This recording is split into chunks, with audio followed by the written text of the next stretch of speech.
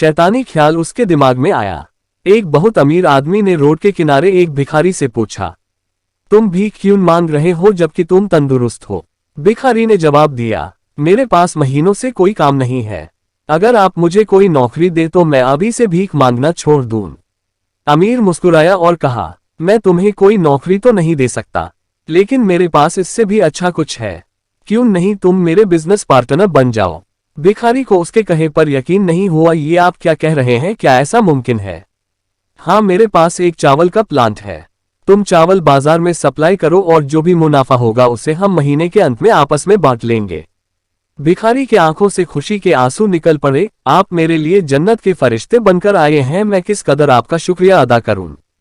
फिर अचानक वो चुप हुआ और कहा, हम मुनाफे को कैसे बांटेंगे? क्या मैं 20% और आप 80% लेंगे, या मैं 10% और आप 90% लेंगे?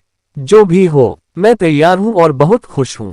अमीर आदमी ने बड़े प्यार से उसके सर पर हाथ रखा। मुझे मुनाफे का केवल 10% चाहिए, बाकी 90% तुम्हारा, ताकि तुम तरक्की कर सको। भिखारी अपने घुटने के बल गिर पड़ा और रोते हुए बोला, आप जैसा कहेंगे मैं वैसा ही करूंगा। मैं आपका बहुत शुक्रगुजार हूं। और अगले दिन से भिखारी ने काम शुरू कर दिया।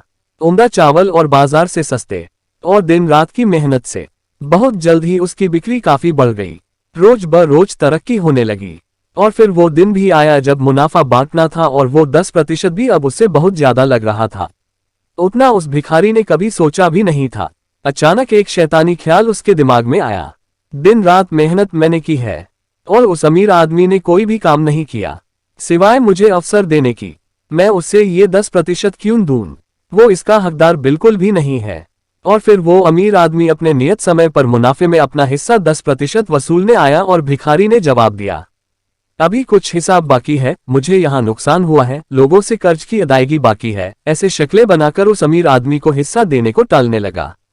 अमीर आदमी ने कहा कि मुझे पता है तुम्हें कितना मुनाफा हुआ है, फिर क्यों तुम मेरा हिस्सा देने से टाल रहे हो?